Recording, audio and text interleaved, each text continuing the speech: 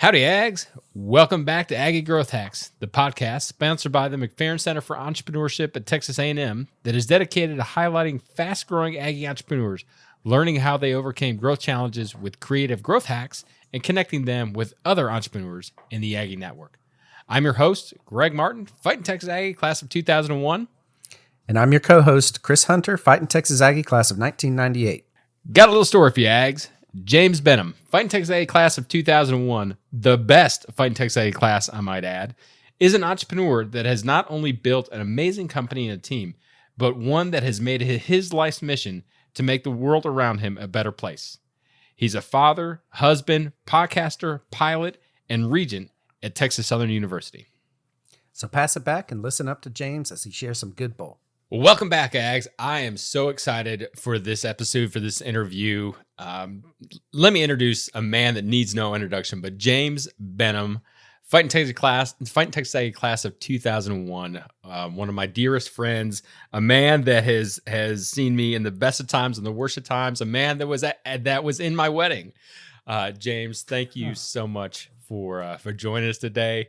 I'm gonna ask you in a second what your favorite Aggie memory is. Let's make it good. Let's make it clean, and let's make sure that these listeners want to come back and don't think I'm a tool. So, welcome, James. And what's your favorite Aggie memory? Thanks, Greg. Yeah, I have known Greg a very long time. We walked final review for the last time exactly 20 years ago this week. And it is hard to believe it's been that long. Ah, you're old. So I know, right? We are old Army. We are the age of the people that when we were cadets, we called old Army. Just to bring it full circle to you. Yeah, our friends are retiring from the military right now. Yes, that is so sad. I have a ton of favorite Aggie memories. I love being an Aggie. I love being an Aggie. I loved being a student at Texas A&M. I came here from Louisiana. I escaped the state of Louisiana. So I have a ton of really good ones. The one that sticks out really strong, and when you have really strong emotions about something, I'd say there's probably two really big ones that stick out. And you were at both of them. Not like side by side with me, but I know you were there. Mm-hmm. The first one was 4 days into our core experience when we had air out. And yes. And I don't know why, looking back, that's such a small part of the fish experience, but FOW, freshman orientation week in the core, is a shocking experience. It was shocking for me. For sure. And I know it is for a lot of folks that I've mentored through the years. And air out is this moment when you realize that you might actually live through it. And, everything's going to be okay. You might actually be a student at A&M a few days later, and you just start developing this crazy bond with these other people that you're around. My fish old lady, I had such a good fish old lady, Colin Korinek. And he's still in the Navy. He's about to retire, actually, and he's an intel officer in the Navy. But he and I remember air out. We got our gray C2 shirts because they wouldn't give them to us until then, and we came back to the room and just hugged each other and started crying. It was like, oh my gosh, like we had no concept of time. They took away our watches and we didn't have cell phones. And we just didn't know what was going on in the world. And so that was a really special moment. And it was followed up because we had midnight yell the next night or the day or the week after. And it was such an amazing experience. I'd say the other one was our freshman year. The first time I saw bonfire burn, because, we all worked so hard on it. We went out to cut and we went out to stack, and, I wasn't a hardcore bonfire guy, but I went to plenty of stuff. If they told me we were going, I was a good fish. I was going, right. And we worked hard. And it was amazing. It was incredible to feel the heat coming off that thing when they set it on fire in the fall of '97. And so I think those two really stick out in my mind as big time favorite memories. And there were both times when my tears are welling up, and I was like, oh my gosh, this is amazing. This place is special. There is no place on earth like this. That's right. Aggie till I die. It was definitely there were definitely those moments. Love it. Absolutely love it. So why don't you tell us a little bit about JB Knowledge and what you do with that? Yeah. I started JB Knowledge my senior year out of my dorm room with I think the initial amount was $5,000, and and went to my dad and was like, "Hey, let's start a software company," because he had a Teflon company at the time. He told me I could never work for him because he said you have to do your own thing. He goes, "I'll be your partner, but you have to do your own thing. You have to run it because you know you'll hate me if you come to my company. You got to build your own business." And so we started out building software and websites for anybody. Over the next 7 years, we evolved into only doing enterprise software development for commercial construction and commercial insurance. And, found those niches through a lot of amazing Aggies who connected me and some non-Aggies. In fact, some LSU Tigers, because I am from Baton Rouge, that helped me meet clients and get introduced into industries I didn't know, because I got a degree in accounting, right? And I never worked at another company. I did 2 internships at PricewaterhouseCoopers. Didn't like the big corporate thing. Worked with great people, but it wasn't for me. And so I started JB Knowledge in April 16th of 2001. So we just turned 20 as a company. And so today we build software. We get paid by the hour. We get paid to build enterprise software.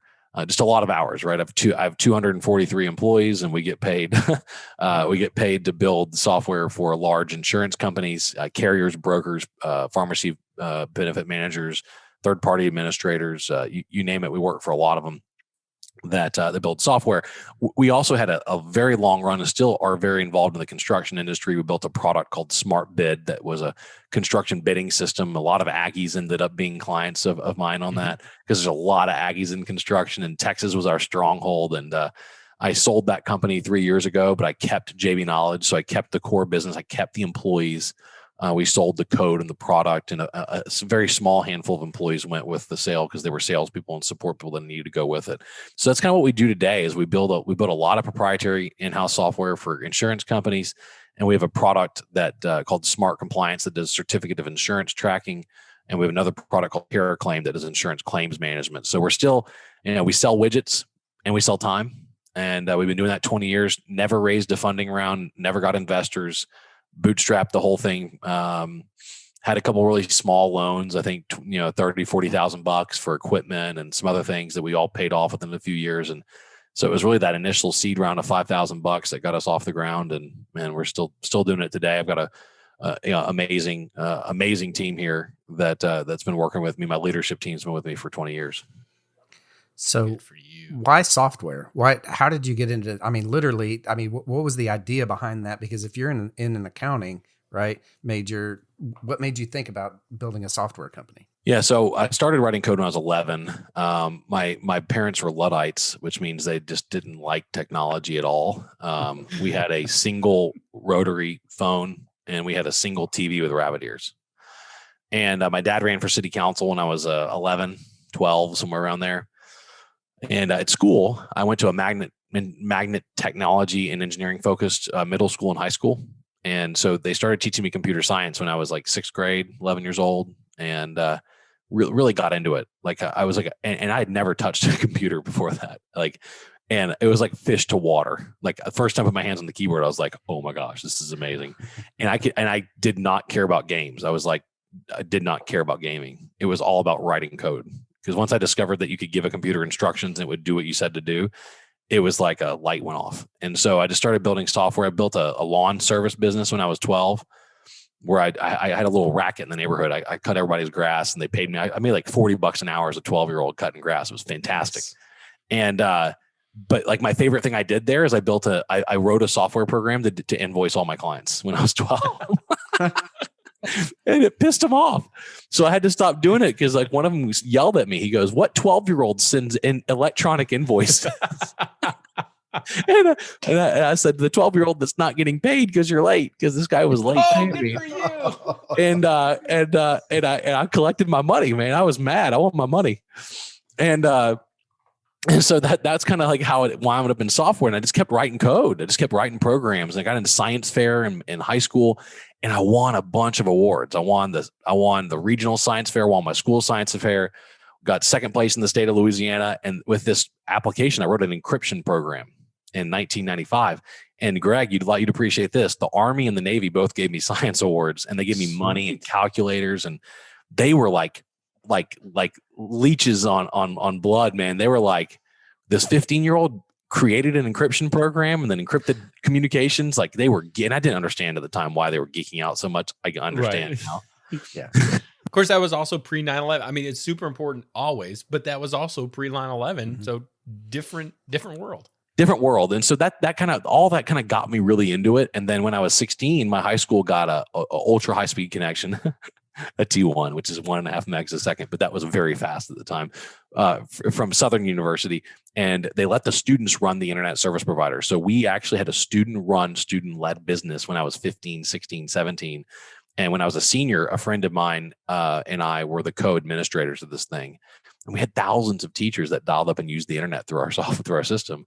And so it was like so cool. And then I went to A&M, majored in computer science, didn't like comp sci because they were literally repeating all the stuff I'd done in high school. I was like, man, I want to learn something new. And so I actually changed majors. So you go to accounting.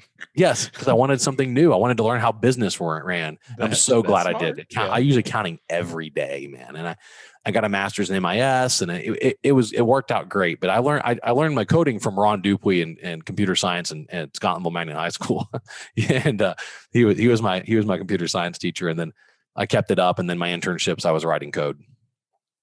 You know. So James, kind of knowing your background, you've obviously seen a lot. I mean, you've been an entrepreneur since the days in the dorm, and there has been some wild rides, ups and downs in the economy, ups and downs in your industry. Not to even mention the impact of COVID on all of our lives. But can you tell us in the last year, how has your business changed? And what's the biggest challenge that you had? And then I'd love to hear how you overcame it. Yeah. I started right before 9/11, April 16th of 01, and 9/11 happened 5 months later, and the market fell out the bottom, and business dried up. And I was like, this is gonna be over before it starts. And I think I said that a few times, because I mean it's tough. I mean, my dad's number one rule of business, and I wrote all these down in a LinkedIn post. But my father, I did this for Father's Day one year because my dad's like my best friend, business. He's been my mentor through life, and he said number one rule of business is survive. Number one rule, survive, and number two rule is only the paranoid survive. And so you kind of run paranoid, like what can go wrong will. And so it's been a series of challenges, right? I mean, 9/11 and then 7 short years later, Lehman Brothers defaults, the entire economy craters, and then we had a really nice run for about a decade. And then COVID hits and just freaking tanks everything. And I was amazed how many businesses went under or got really close to going under that on the surface appeared very successful and very well capitalized. And when you peered under the covers, you find out that they were not prepared for anything, right? They hadn't really advanced their digital initiatives at their company. So they were playing catch up. They didn't keep cash on hand. I can't tell you how many companies I talked to that don't keep emergency cash on hand. How many doctors I talked to who distribute all of the profits every month to all the partners and keep $0 in their savings account for their business. And who also are heavily leveraged. My father always told me, he said, James, debt will kill you. Debt will kill you. He goes, you use it as a tool. Take out loan. He said, you can take out loans for buildings and land and equipment because you can sell the land or building equipment and pay off the debt. And, so sometimes you need to do that. He goes, but even when you do take a loan out, you should try and pay it off really quickly. And that was the best thing we did. And I know I'm talking to a banker.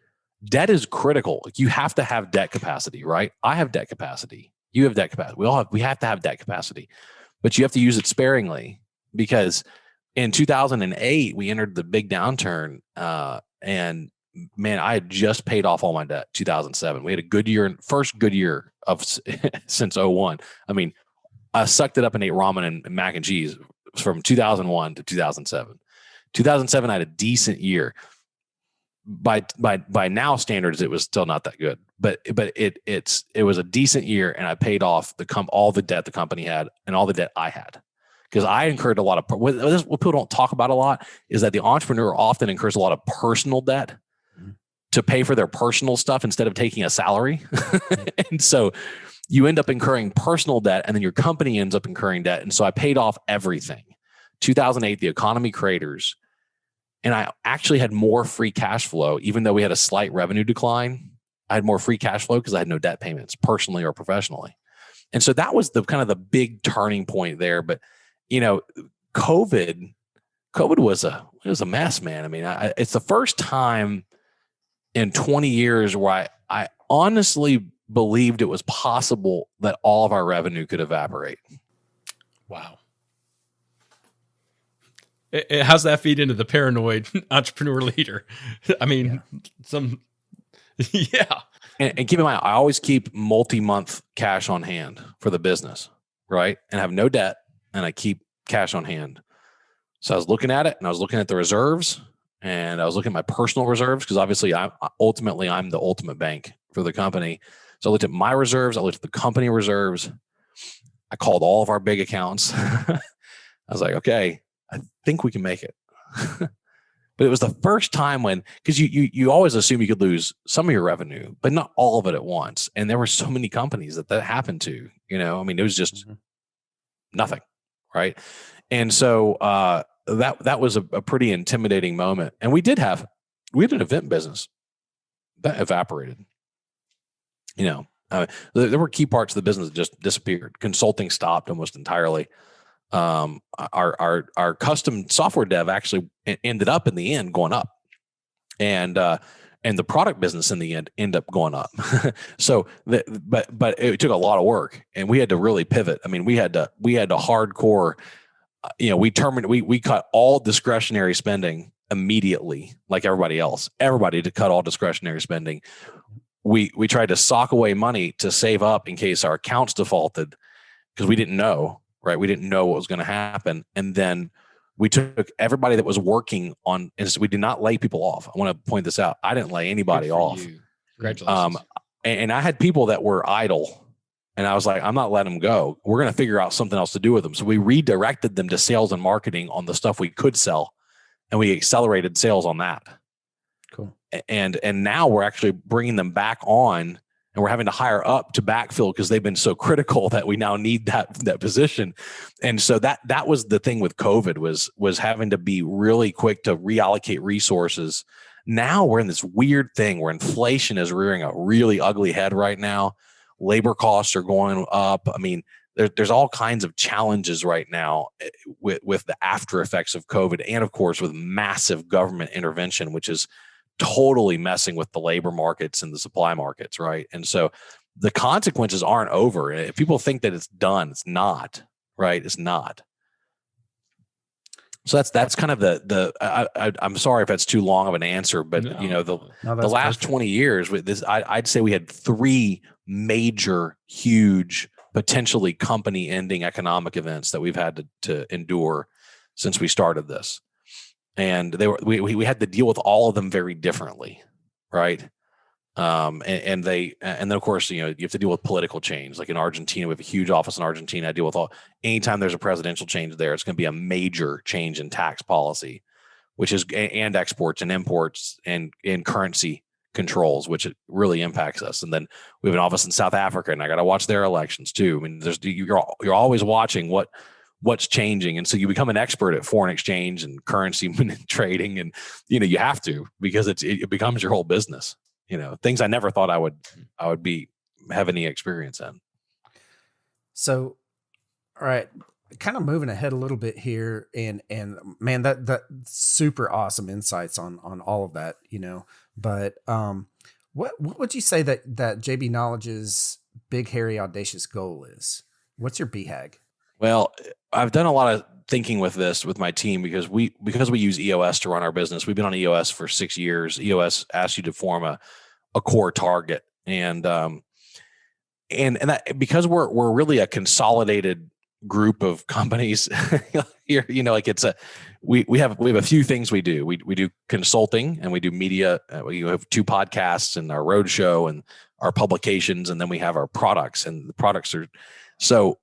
we have different 10-year, we call them core targets in EOS. We have different 10-year core targets for each of those business lines. But the core target for our business for JB Knowledge is to build our 4 pillars. And that's because I really looked at what I read Bob Iger's biography, his book that he wrote, which was just amazing book on his rise through Disney.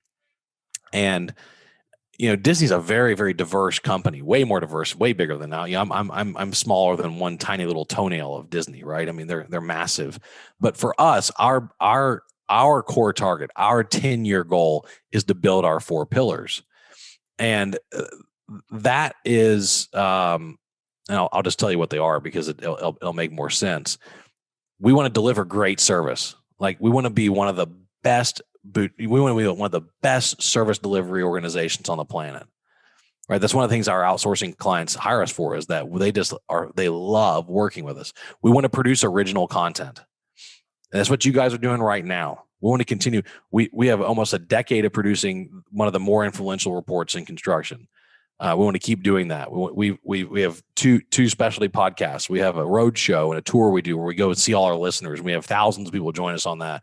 So we want to keep producing original content. We want to fuse design and engineering. We want to be amazing at producing beautiful product. And then we want to invest in products. And that's really, there's a lot of software companies on the planet that sell time. There's not a lot that are able to successfully pivot into product. And we've already done it now twice. We've done it twice, and I'm attempting a third time to self-fund our own product and keep commercializing it.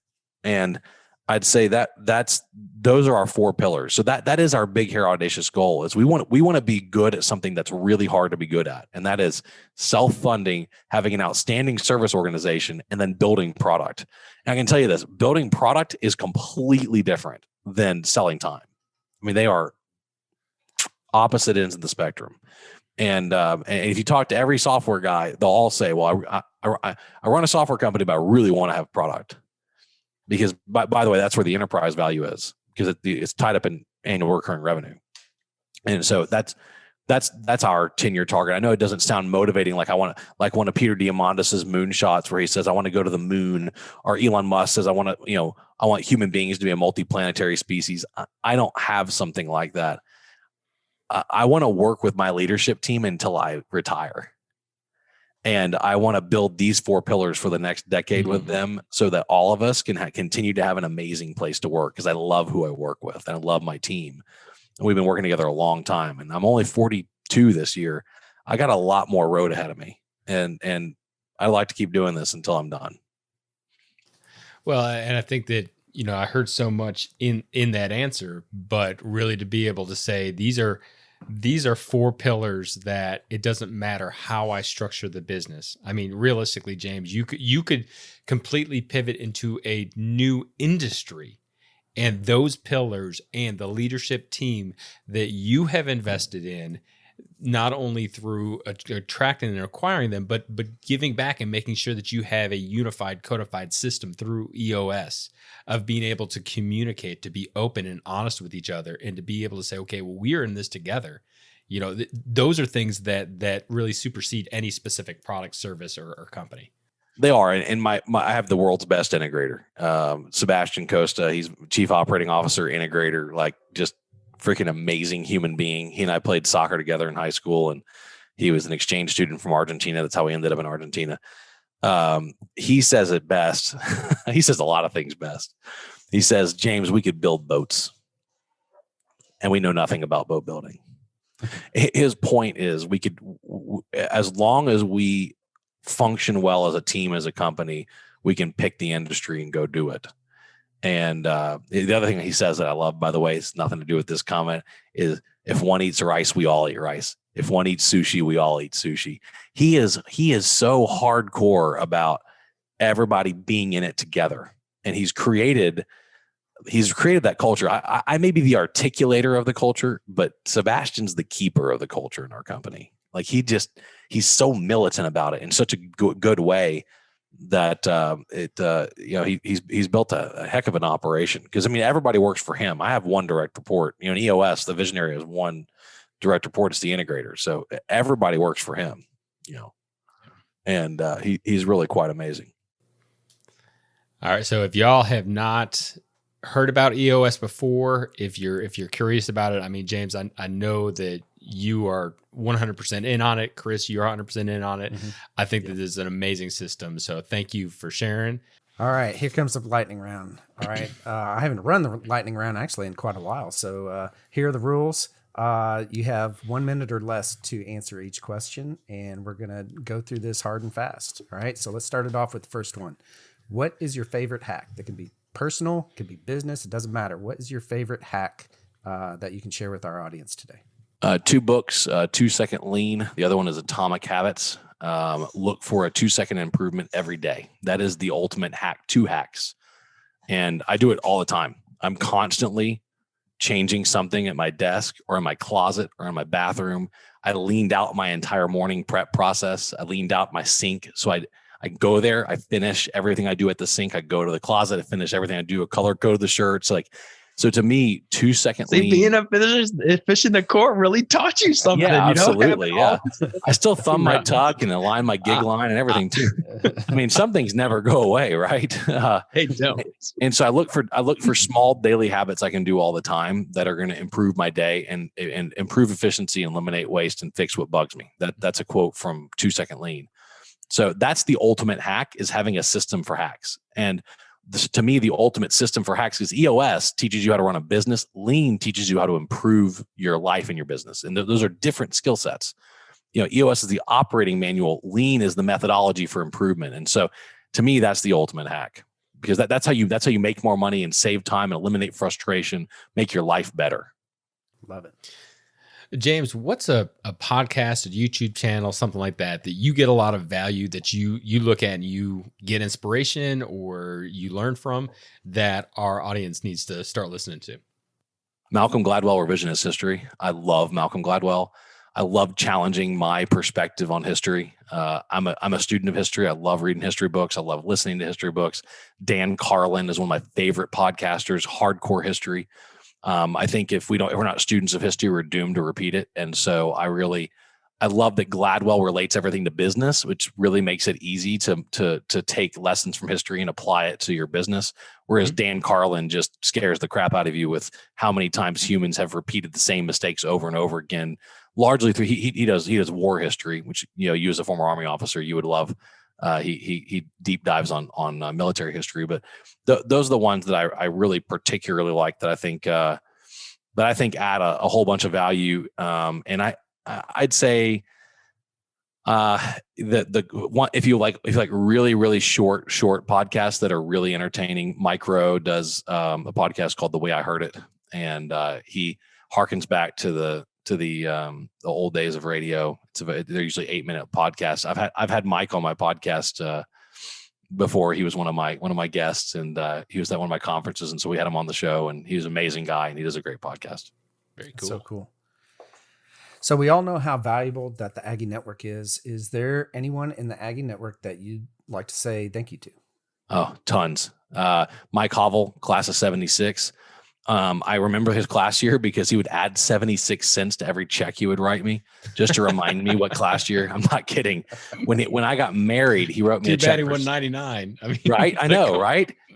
He I think it was a check for $79 when I got married, just to be kind. I mean, this man, he was on the board of the Association of Former Students. The big ring behind the AFS, but that was his project. It was his idea, and then he made it happen.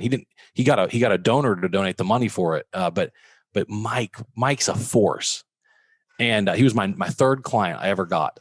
My first client was Don Crawford, class of 64, the executive director of the Corps Cadets Association, who just retired. He's like a second father to me. I mean, Don is an amazing guy. Took a risk on me when he never should have. I had a bunch of other Aggies that did business with me when I was 21, when they should not have done business with me when I was 21, but they were taking a risk on an Aggie, and I made sure that I did them right. But the ones that really became mentors to me that like poured, like Mike and Don both did this. They would spend just as much time asking me how I was doing and what was going on in my business and then giving me advice as they would talking about their projects for their business. And so they just poured in, man. They just poured in. And I will love those men for the rest of my life. I mean, I still talk to them. I talked to Don 2 weeks ago. I talked to Mike a couple months ago. I mean, I still call them, and I don't work for either of them anymore because, we've moved on to other industries but they really took the time. And that's what's cool about the Aggie network. That's different than most other alumni networks is that people just give them that extra minute, that extra 5 minutes, I think it also, warrants though that you not abuse it, right? Because Aggies will do that. You got to be careful how you use that and guard that carefully, but it's really been quite amazing. So James, how can the Aggie Network get in touch with you? I mean, I hear in your voice and just knowing you are that open-handed type of guy.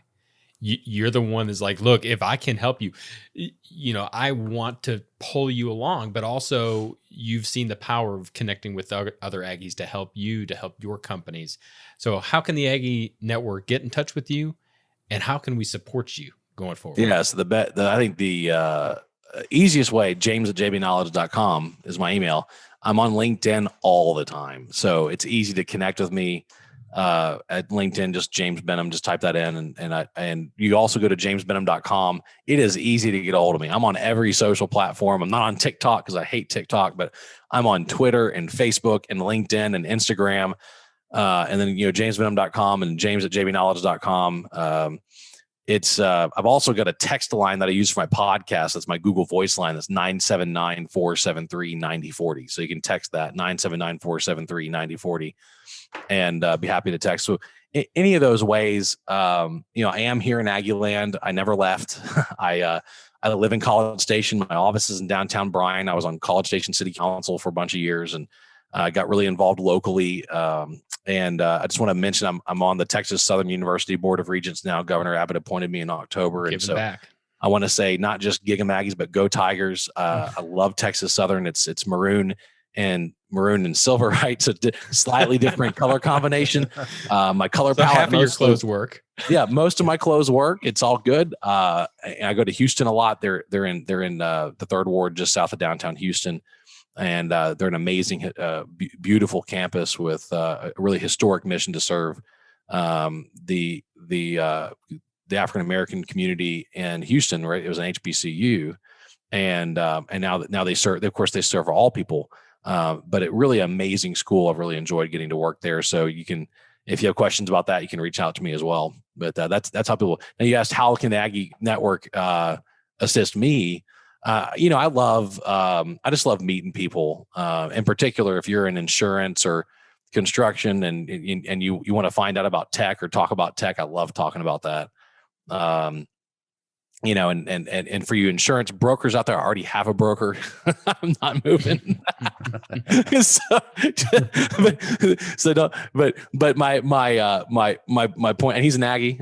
So I work with a lot of Aggies there. The main thing is, I always welcome connections. I love meeting new people. I love finding out. If you're a pilot out there, I love flying airplanes. So if you want to geek out on airplanes, feel free to reach out to me and talk about that as well.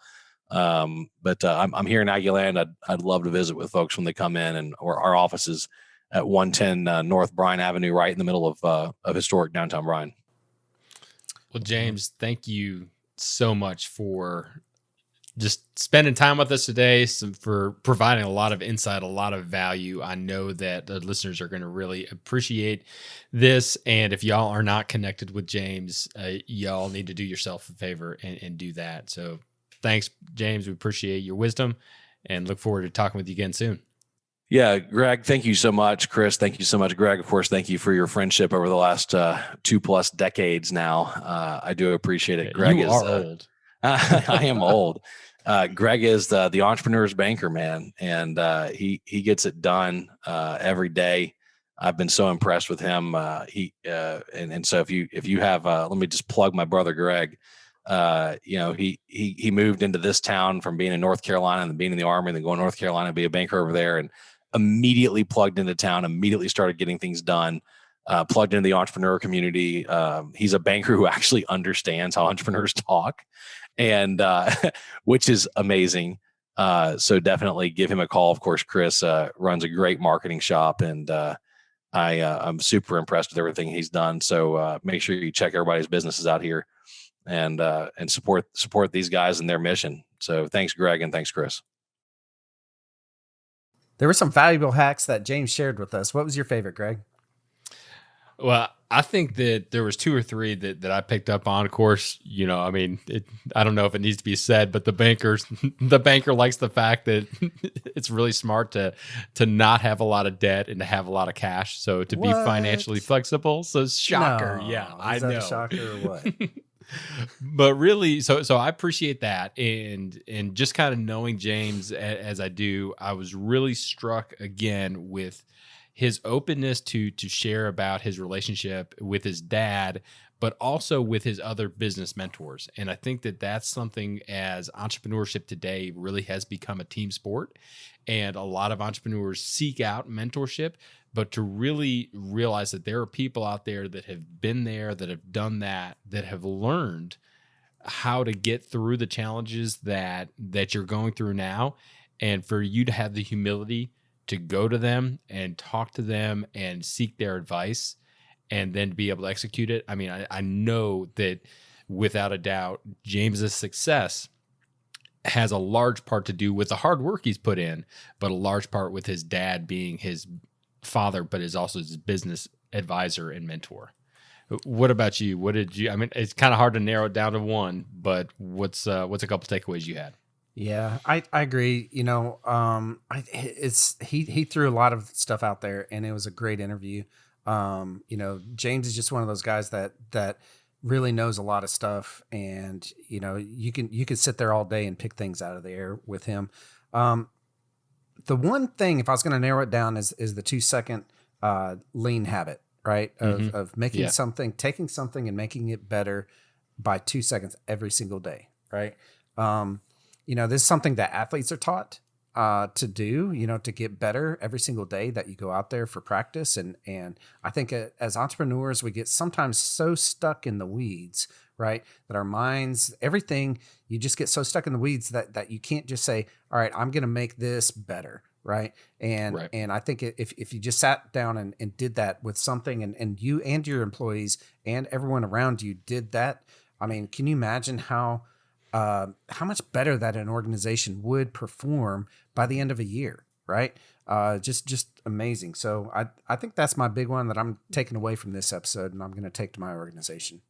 Well, Ags, that's going to wrap it up for another episode of Aggie Growth Hacks.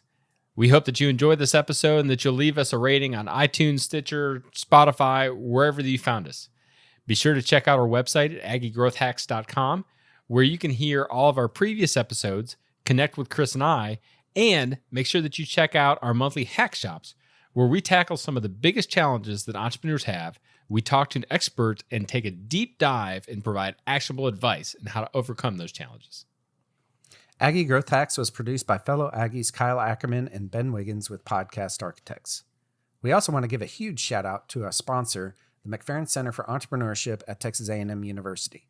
Since 1999, the McFerrin Center for Entrepreneurship has served as the hub for entrepreneurship at Texas A&M. If you're an Aggie entrepreneur or even a wantrepreneur, head over to their website and find a program that's right for you. Join us next time where we connect with another great Aggie entrepreneur and learn how they hack their growth. Until then, I'm Chris Hunter. And I'm Greg Martin. Thanks and gig 'em.